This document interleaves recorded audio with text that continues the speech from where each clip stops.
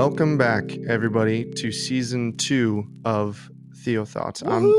I'm Judson Page, I'm Jordan Peternell. and we are so excited to be back with you guys. It has been a long summer. We've both been very busy, and it feels great to be back. Yeah, how was your summer, Judson? My summer was awesome. I went back home to Michigan, and I worked at an engineering internship for 12 weeks, where I got to, get my first bit of actual career experience and have something other than Arby's and camp counselor on my resume. So wow, that's pretty sweet. Yeah. So what about you, man? As for me, I was the delivery boy in a flower shop. I got to deliver bouquets to old ladies. So it's That is so cute. It's pretty cool. I had a lot of time to sit down and listen to theological podcasts, so I got a lot of reason to be back in this chair today. And That's awesome. For the listener, we could ask you some questions too, or you could ask us some questions by simply going to our Instagram at Theo_Thoughts.podcast, and you can ask us a bunch of questions.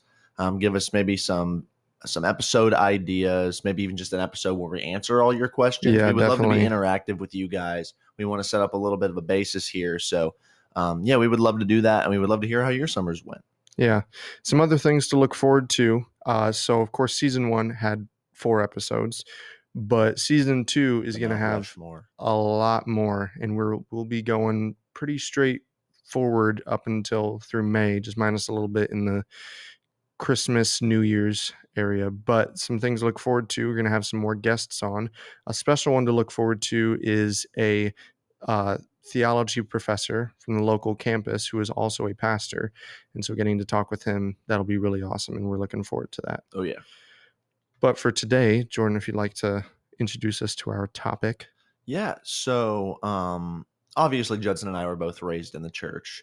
But as for me, I'm not so sure about Judson. Whenever I was in middle school, I was a huge fan of like the Percy Jackson series. I got really into Greek mythology in like middle school. So Greek mythology, and then of course Rick Riordan, who's the author of that stuff, does Egyptian and Norse mythology, and goes to Roman at some point too.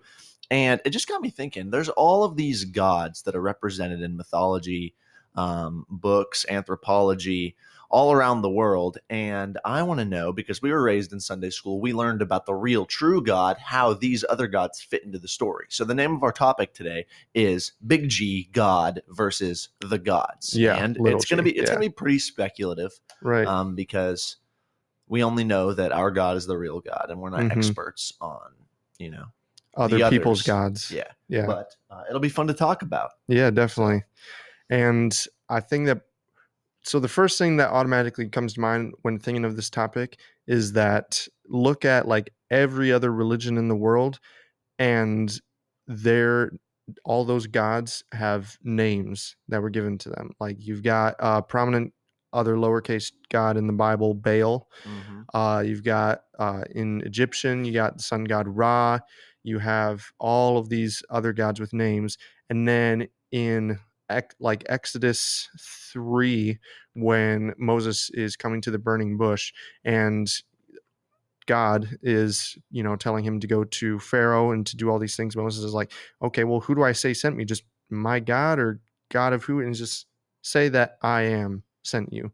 And the cool thing about that is that in the Hebrew language, they have a special tense that we don't have in English that refers to everything all at once. So when he says I am, or as we know it as Yahweh, that is I was, I am, and I still forevermore will be, all at once. And it was also just kind of a slap in the face of, the Pharaoh would be like, oh, what God? Baal, Molech? Just God, the one who is. Whatever one you want to create tomorrow for the huge rainstorm we're going to have.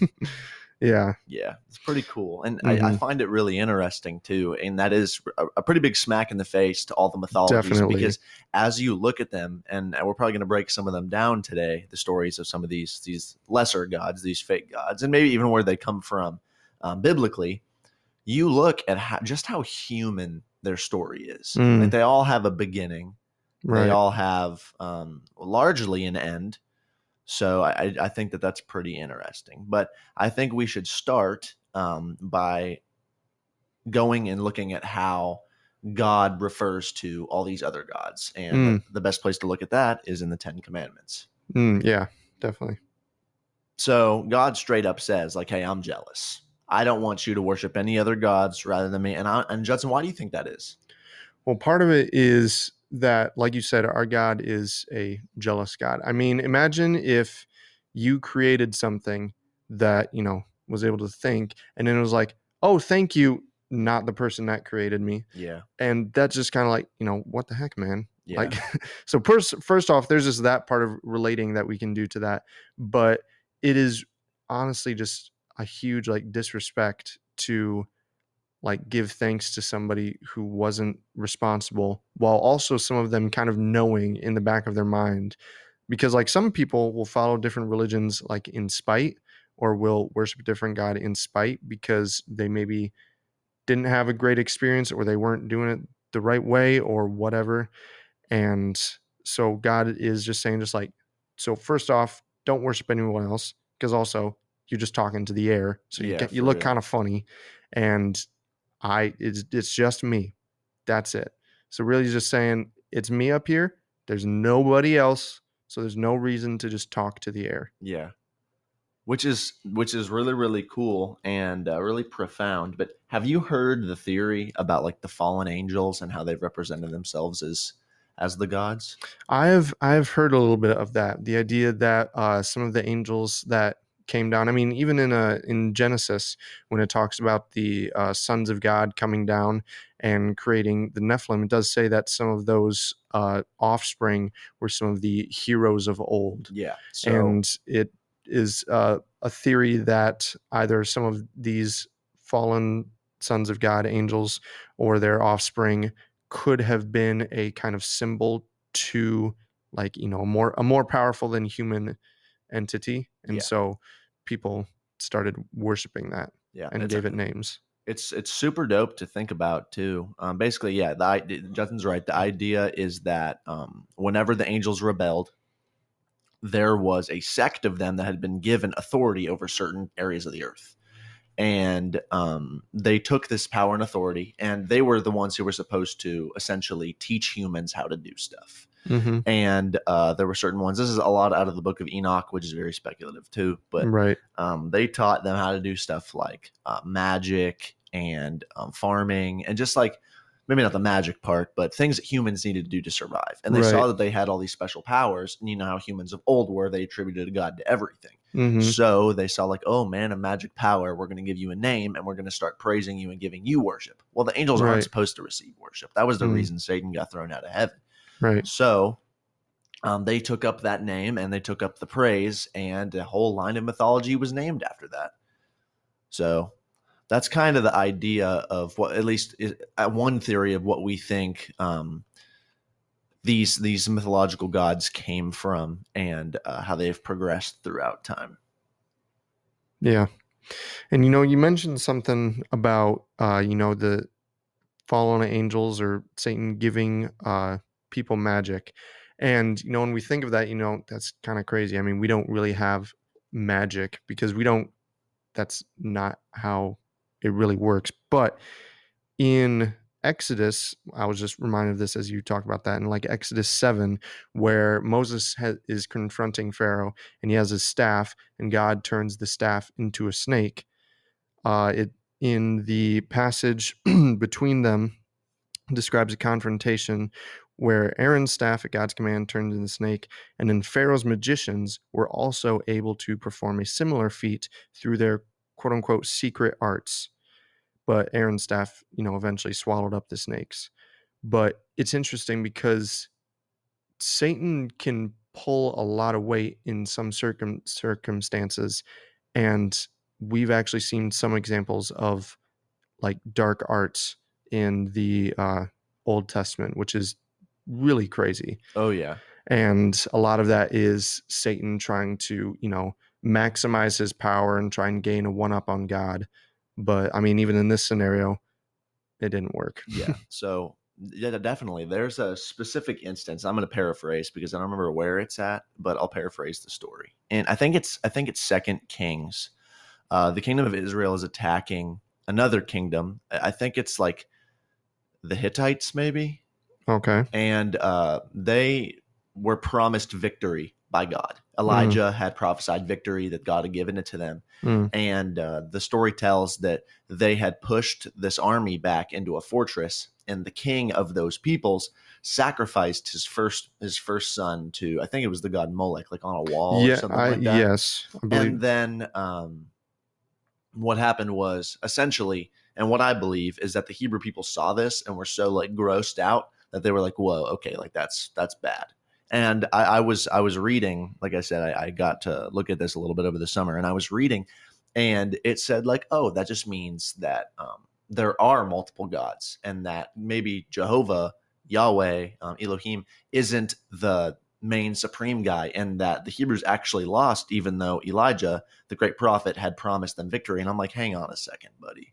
I'm not sure. I'm pretty sure you're reading too far into this. I don't think it had anything to do with that God. But it does show that you're right. Satan definitely has a foot in the door of these people and forcing them to believe and to even do these horrible acts of sacrificing your own son in a horrible time on the wall to ensure victory. It's kind of crazy. Yeah.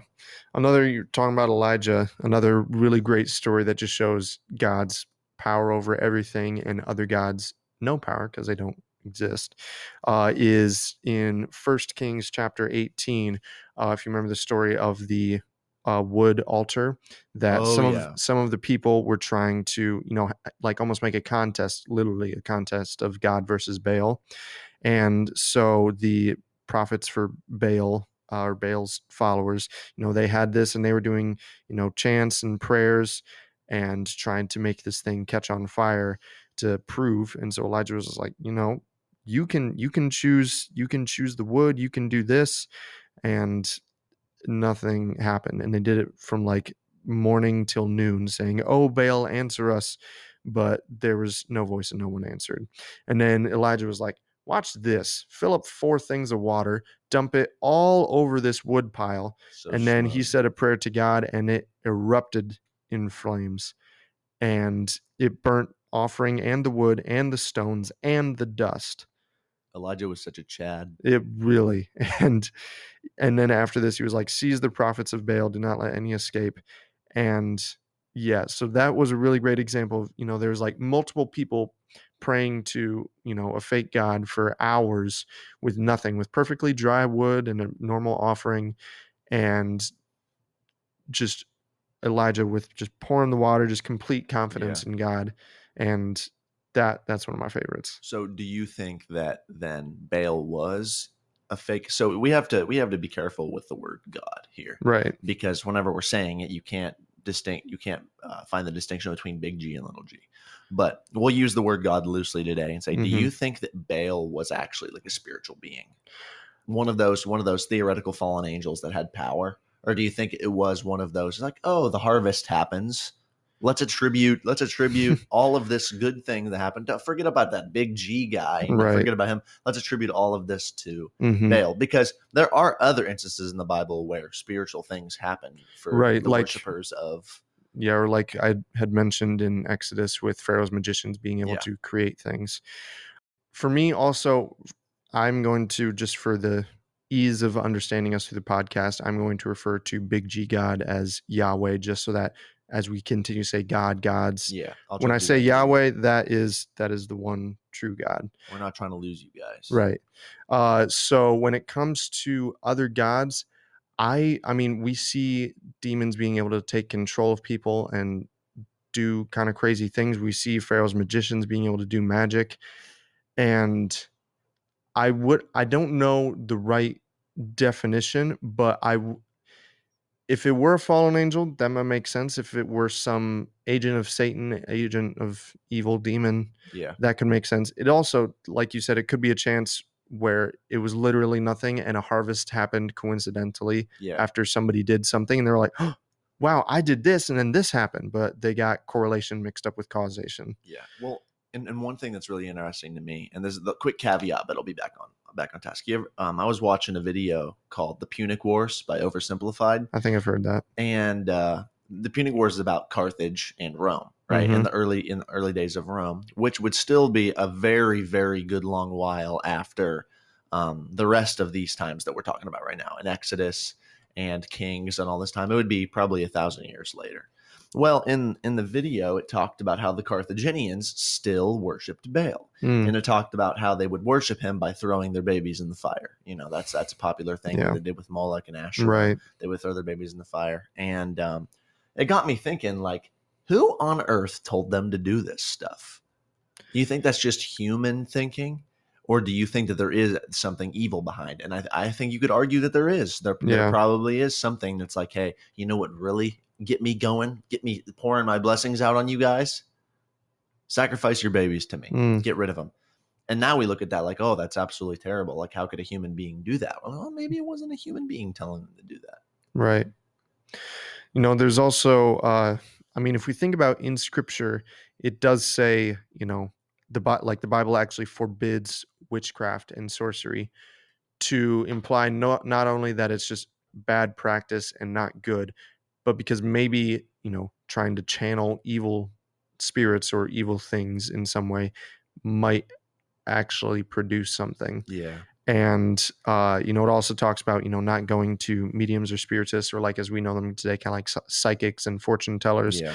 Now, something my mom told me, we were playing some kind of party game at a family gathering of like, would you or would you not actually pay money for a psychic? And my mom was just like, of course not. And I talked to her after it, and I was like, yeah, I knew you were going to say no, because that's just not worth your money. But she told me, well, yeah, that's true, but I know that Satan can still sometimes work through people, as we've seen in the Bible, and that is not something to mess around with. Yeah, there is a substantial amount of power in just belief.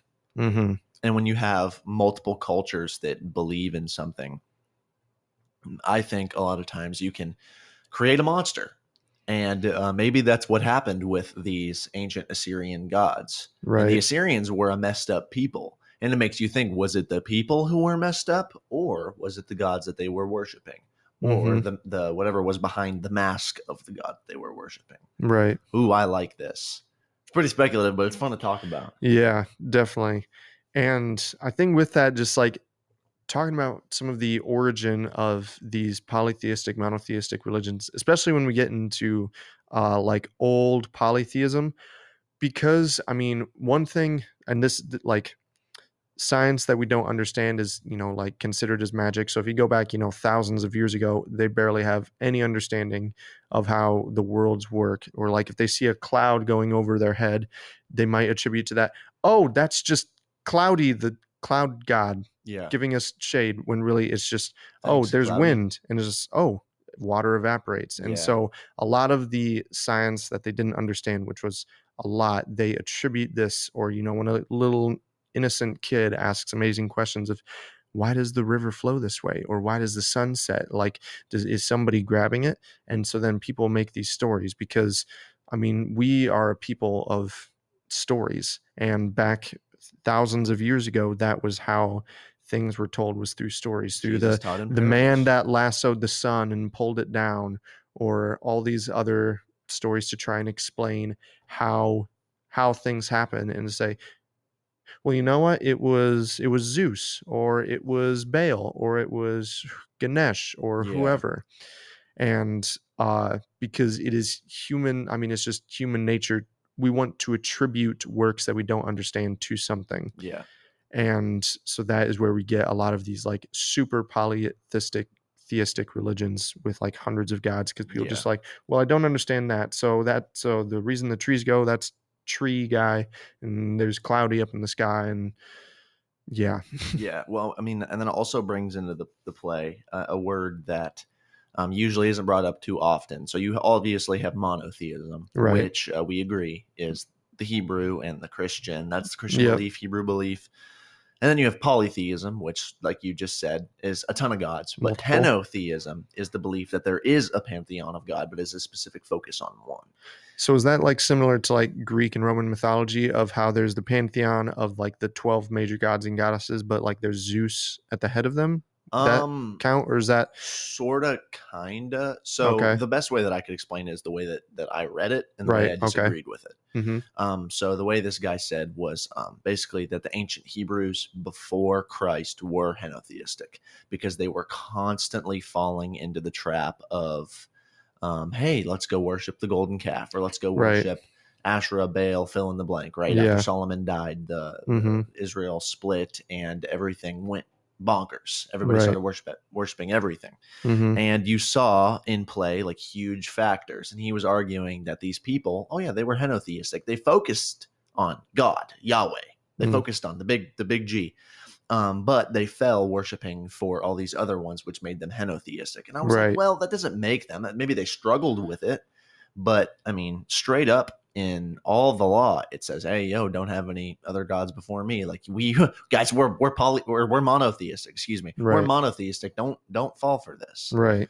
Yeah, and like a lot of those Hebrews that he's talking about, just to clarify, those are groups like the Kenites, Kenizzites, Cadmonites, Hittites, Canaanites, Jebusites, Girgashites, a lot of those other groups, because those were all like similar race people in that area, in the area of Israel and around the Mediterranean and like North Egypt and all that. So these were all different sects of originating Hebrew people that, like Jordan was talking about, fell into different bad practices. Yeah, and a great example of that would be whenever, you talked about this last night, whenever the Israelites, and guys, if you don't know, Judson preached at Vespers last night. You should go give it a listen if you have the opportunity. Thank you. But anyway, the Israelites were looking over the promised land, and eventually they did get in there, and they did wipe out a big chunk of them, but a big chunk of them had to stay.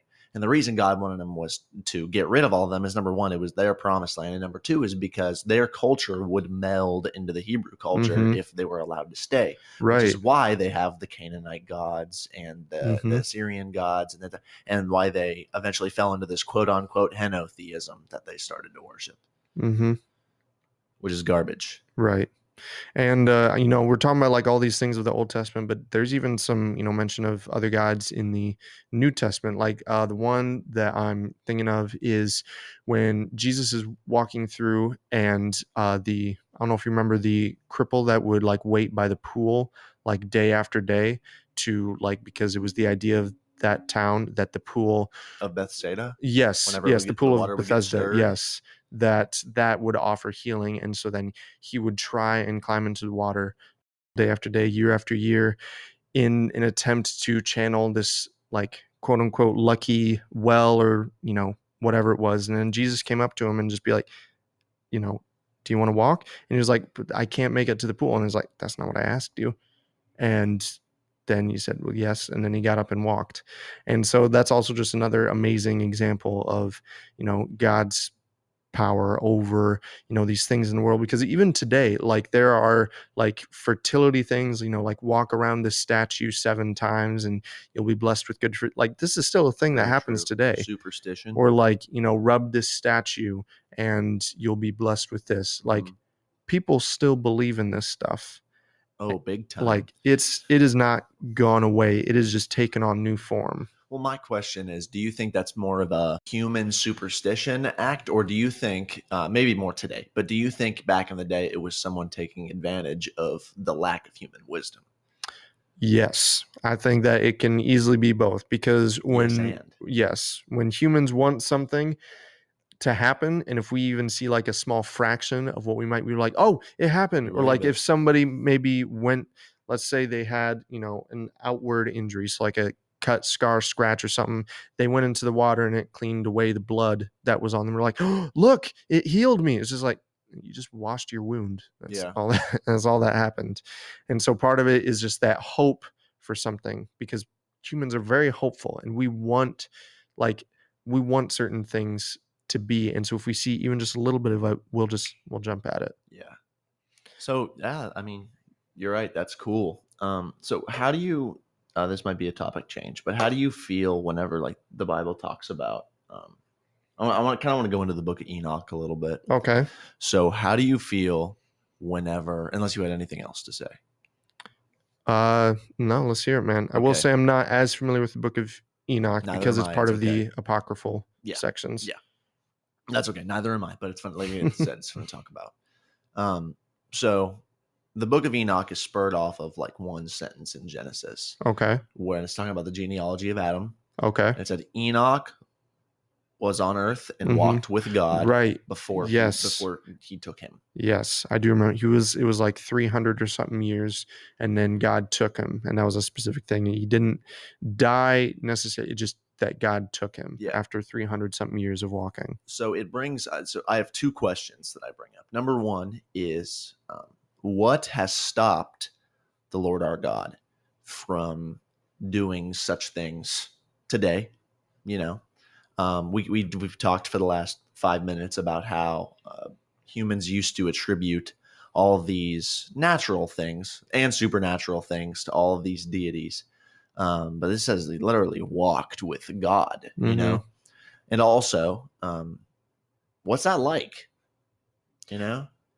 Yeah, I think it's a weird question because we're given so little on it. It's just walked with God. Like that could mean a million different Yeah, things. I have a walk with God. Yeah, like like my walk here, you know, I said a prayer, or like sometimes when it's a beautiful day and I feel the warmth, I just, you know, I thank God I talked to him for a little bit, but because it's just so small, you can interpret that into, you know, 100 different ways of, you know, does walking with God like in the essence of what, like the Garden of Eden, like where, because God would walk through the Garden of Eden. Adam. So like, is it something like that? Or is it like he went away and it was just him and he had like open communication with God? Or was it that he just led like a very like pure life like other people, and you know God rewarded that and you know brought him up so that maybe he wouldn't have to feel the pains of death? Yeah. I don't know.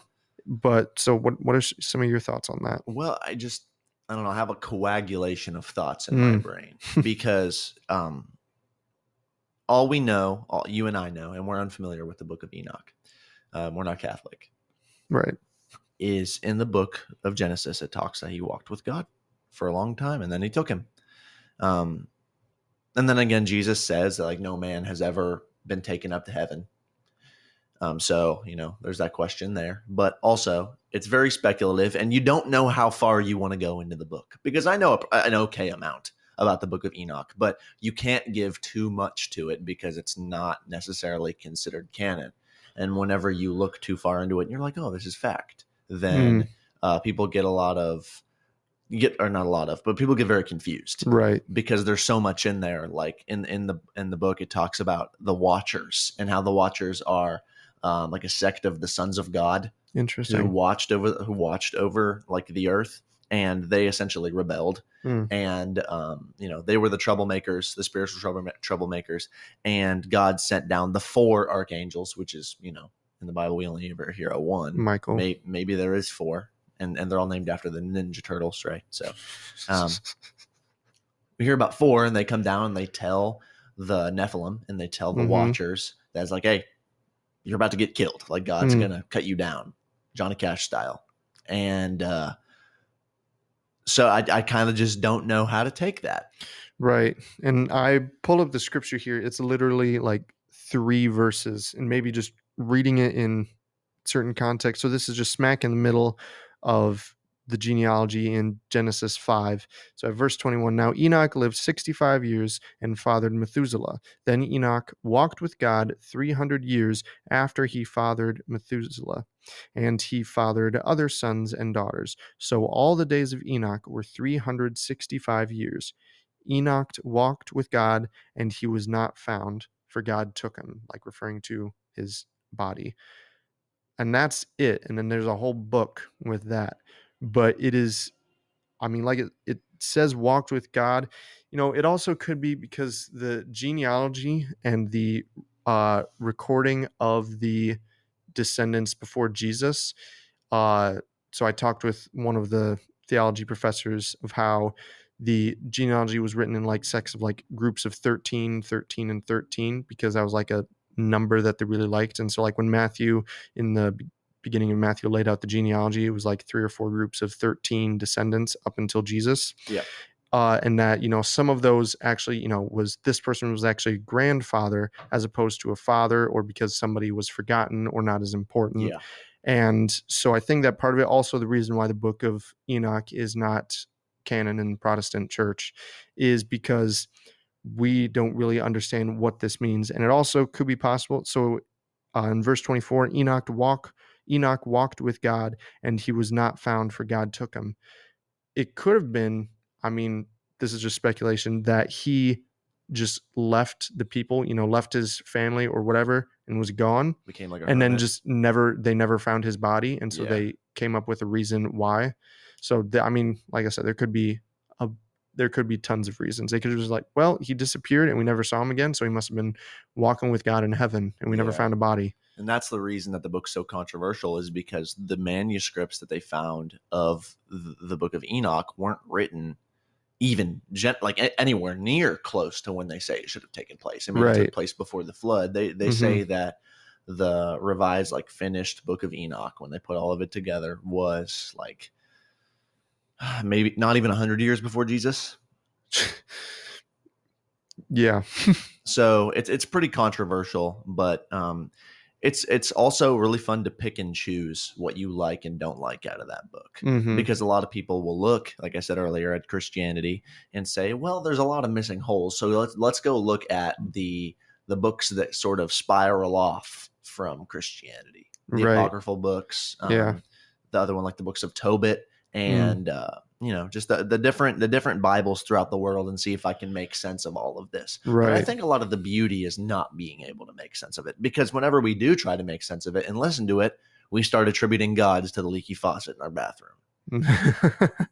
Yeah, like that was I can't remember who I was talking about with this, but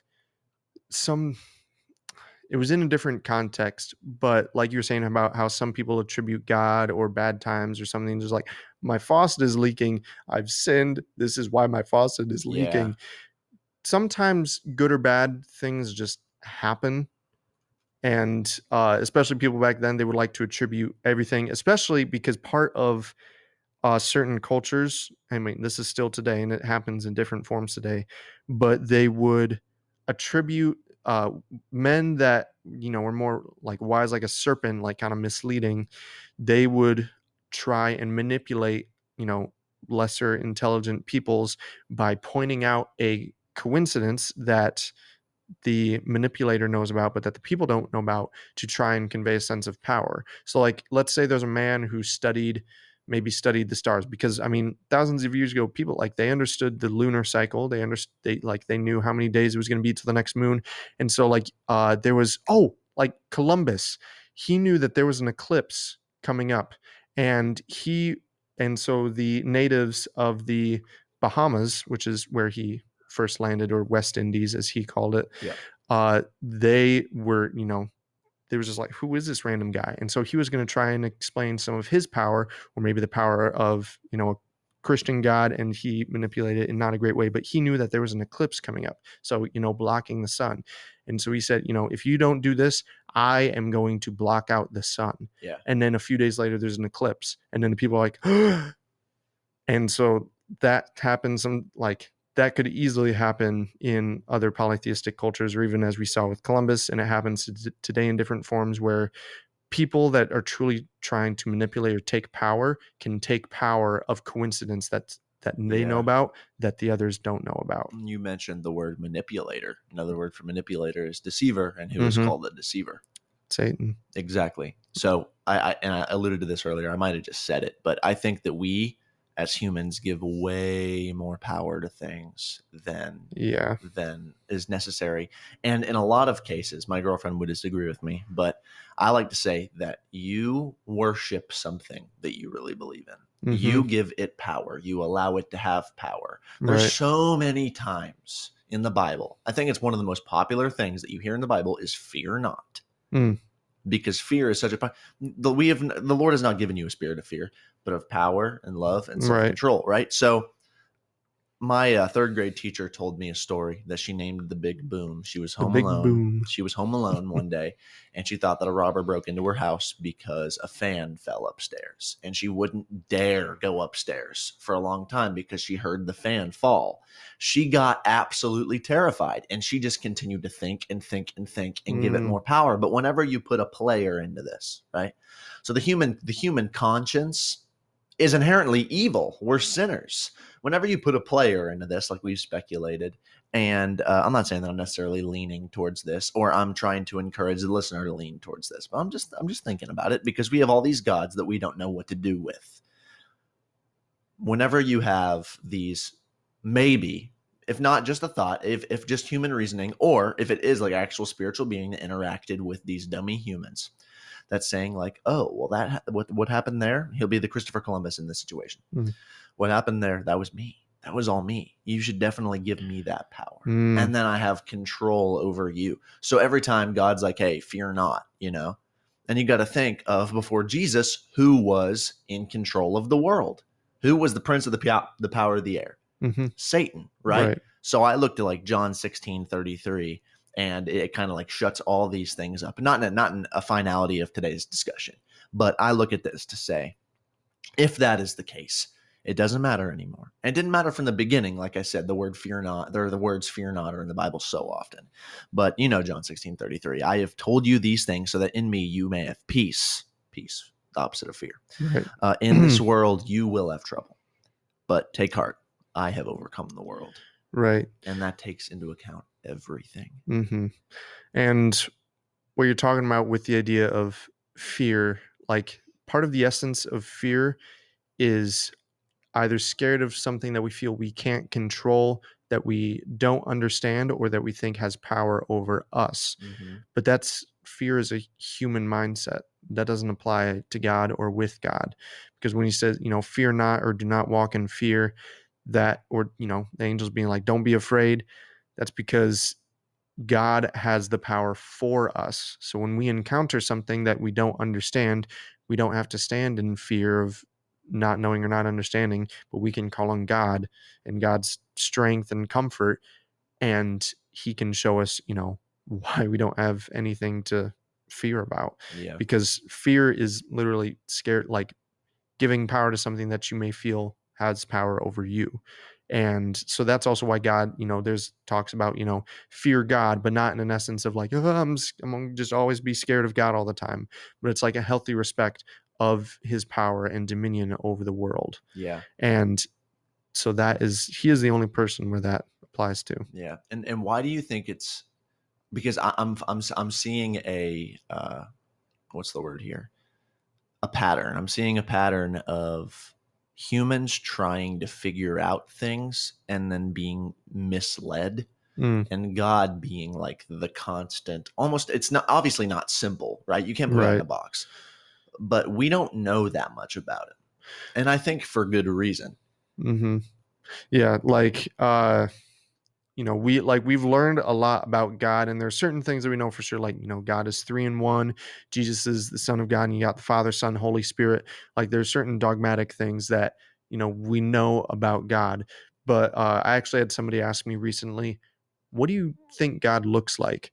And it was an interesting conversation, and I hadn't really put it to words. And I just said, well, I just warm light. And so part of the things, like in Revelation, gives us like an acid trip version of what heaven and God are like, which even reading it and understanding it, I feel like almost understanding less about certain things, because so for example, we've explored more of like space-wise, more of outer space than we have our deep oceans. Yeah. But even that is more than the possible characteristics and other attributes of God. Like even on our campus, we're talking about God as where you fill in the blank with a name or attribute. And there's a million different things that you could, call God as a name or one of his characteristics or attributes. And because we only exist in the now and he exists in the past, the present, and the future all at the same time, there's some things that are like almost impossible for our mind to just comprehend, because he doesn't exist in the same way that we exist. Yeah.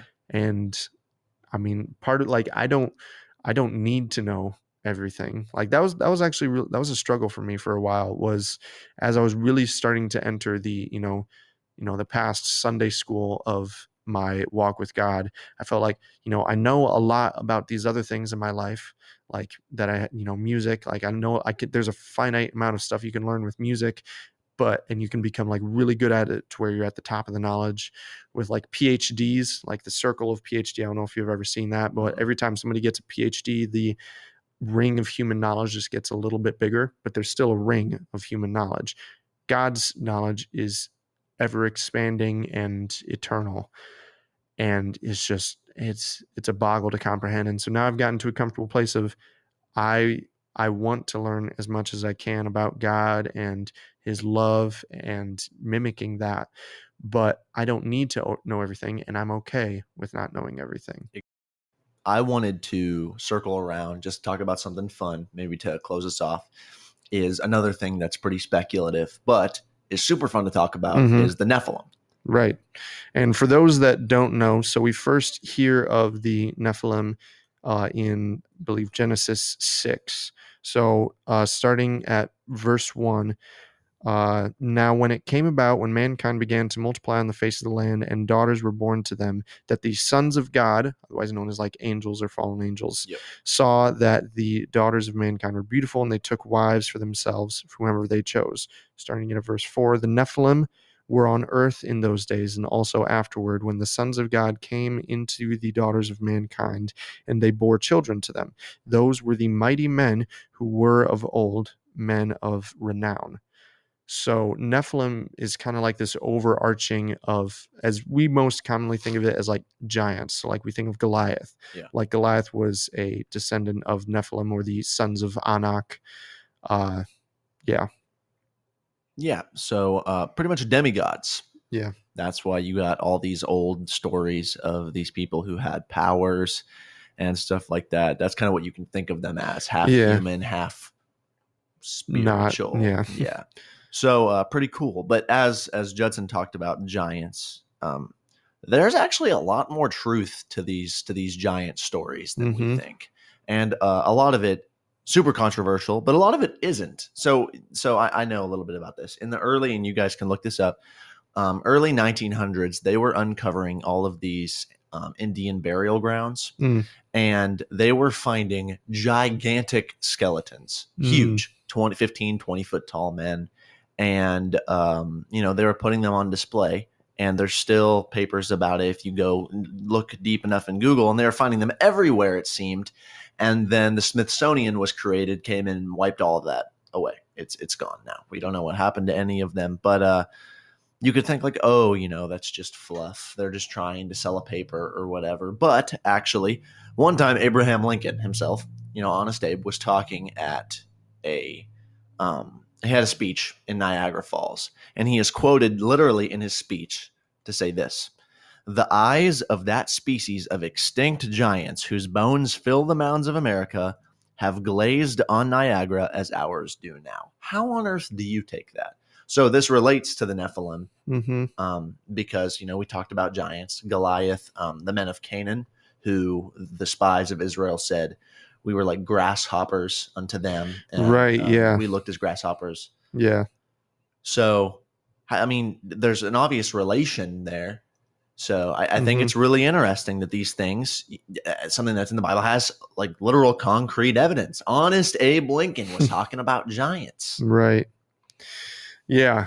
And of course, I'm more on the not quite sure side of things. Like, of course, we have examples of scripture, like with Goliath and in the land of Canaan, like where the promised land was, like they described it as people of great stature with giant fruit, and we seemed like grasshoppers, like you were just saying. And I know that there have been, reports of people finding, remains or like femurs that are twice as big as our own, or something like that. But I think part of it is they weren't really meant to be, like that was not in God's image. No. And so I think part of it is also like the reason why we don't really see, I mean, they're tall people, but those aren't giants or Nephilim. Those are just tall people. Yeah. But part of it is is God, wanting to, maintain our human image. And so as we read just now in Genesis, that some of these Nephilim were, great people of old. Huge. Yes. And some people might have worshipped these people. And so why I'm not as certain why you might see some of those today or some of the remnants is because maybe God saw that people started worshiping these, and because these were just maybe a step above men, physically, and maybe with other, physical power, but God saw that they were worshiping them. Yeah. And as we talked about in the beginning, our God is a jealous God. Yahweh is a jealous God. And so part of the reason that we don't see a lot of remnants in, people alive today or in bones in the dust is because they weren't really meant to be. And it is also possible that because maybe their existence ended a really long time ago, that some of their bones might have withered away so far into the dust that we can't look at them now. So I, for one, do believe that there have been, even though they're speculative stories, there have been huge human beings in the past. Oh, huge. yeah. I mean, it talks about with the story of David. Oh, yeah. It talks about fully believing Goliath. And whenever you think about like how profound that kind of is, everybody knew who Goliath was. It's like, oh, we have to fight the Philistines, and like that's not a small people, and that's like if you're going to go play a football team that lives a while away, and like, oh yeah, they have this one player that we've heard about so much, and he's like Superman, right? Yeah. It's like they have Goliath, and God kind of makes a point to be like, yeah, this guy might be big, but I'm bigger. He's like, so I'm going to throw David out there. So in me believing this, it's not giving power to something that isn't there. I understand that like God is still the ultimate power in all of this, right? And that's why it's exemplified in the story is David just like a teenage kid with stones from a brickling brook and a sling versus this. It said like his staff was 10 feet tall or something. Yeah, he was. His height was 6 cubits in the span. He had a bronze helmet on his head, war scale armor, which weighed 5,000 shekels of bronze. He also had bronze greaves in his legs, and a saber slung between his shoulders. The shaft of his spear was like a weaver's beam, and the head of his spear weighed 600 shekels of iron. And basically just a lot of really big, heavy stuff that a normal person could not wear or carry, and especially fight with. But he was large. Yeah. So if you go digging, like I just quoted a quote from Abraham Lincoln, and what he said may have totally been delusion, but I think it's definitely possible there have been giants. And I think it all draws back to the conversation that we started with, which was the Nephilim. Right. And, with that, the Nephilim were real. Like they made like Goliath was a very real threat. He was a very real person, and not that he was a Nephilim though. He's probably descended but yeah, like a descendant. Line. Yes. But we look at this as, going back to our, Yahweh versus the gods, that these Nephilim could have been inspiration for some of these other religions and other deities in other parts of the world that we have today. Like maybe one of these men, maybe there were some Greeks and Romans that saw a giant Nephilim roaming around, killing a lion and a bear, and said, oh, that's Hercules. Yeah. Oh, big time. Yeah. Yeah. Wow. That's cool. And so that I can definitely see more, because even like there's a thing about, there's a lot of stories and people make up stories, but even in some of those, there can be like a little hint of truth in some of these stories, because sometimes it comes from somewhere. Because if you just try and fabricate a story about an average man doing great things, it is not as believable. It might be a little bit more boring. But if maybe you saw one day walking through the wilderness, you saw a man's head poke above the trees and then never saw him again, you might make up a story about him and just say, oh, that's the man as tall as a tree who formed the mountains or whatever. A man as tall as the cedars of Lebanon. Yeah. And making stories that would then get passed down. And then the people, the descendants of the ones who made those stories, they would never know if that was, oh, that was a real thing. That was real. Or maybe it was just, like I said, it was just maybe a Nephilim walking in the forest, never to be seen again. But somebody saw that and said, Oh, well, he's really big, so he must have been the person Bigfoot. that did all of these things. And just, you know, a tall tale attributed to other things. Oh my gosh.